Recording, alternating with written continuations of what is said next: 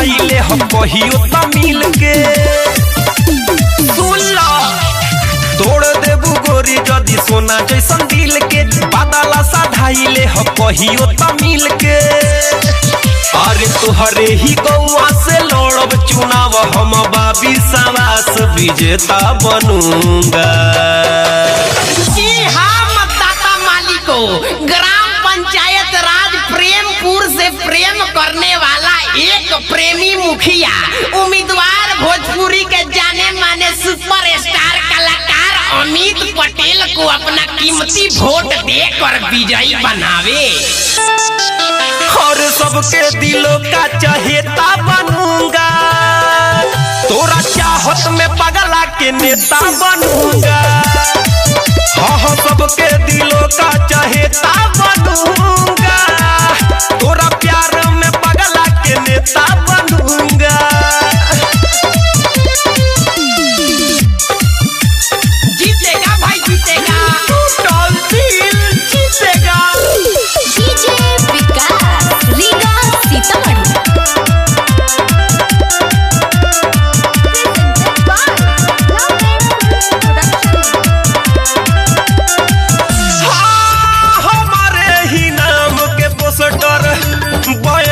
छपाई गाँव घर गली गली तोहारा बटाई बुझलिए और तोहारा दुआर घर टटिए पसाटी देखी देखी भीतर भीतर तोरा फाटी भाई के तोहारा दोस्त बनाई सब दुखियन के बेटा बनूंगा।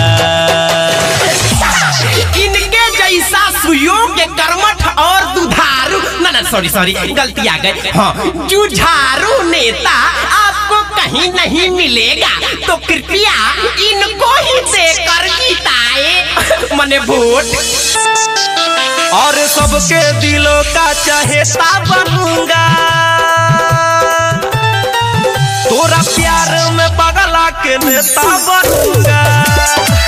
हाँ सबके दिलों का चहेता बनूंगा, तोरा प्यार में पगला के नेता बनूंगा।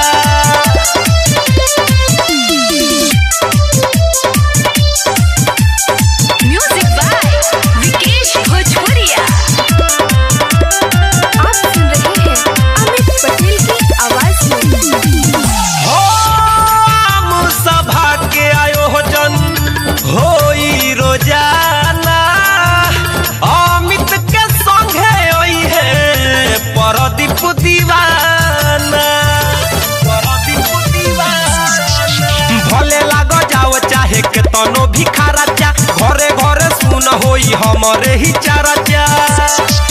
अरे तुहरे करनवा सुन मुस्कानवा, गायक से अब अभिनेता बनूंगा। ये भाऊजी ना कोनो जात बा ना कोनो बात बा, अपने याद जगन्नाथ बा मने हमनी के साथ बस रउआ लोग इनके साथ बा। सबके दिलों का चहेता बनूंगा, तोरा प्यार में पगला के नेता बनूंगा।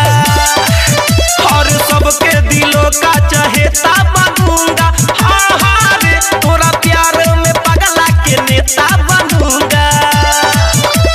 तोड़ देबू गोरी जदी सोना जैसन दिल के बादला साधाई ले हम कहियो त मिल के अरे तोहरे ही गौआ से लड़ब चुनाव हम बाबी सवास विजेता बनूंगा। ना नदी बा ना झील बा ना ट्रैक्टर बा ना मिल बा, हमनी के चुनाव जीत टूटल दिल बा। ए भौजी हमनी के देबू नु भाग भैया मारत काय बड़ो वोटे नु मांगतानी। और सबके दिलों का चहेता बनूंगा, तोरा चाहत में पगला के नेता बनूंगा। हाँ सबके दिलों का चहेता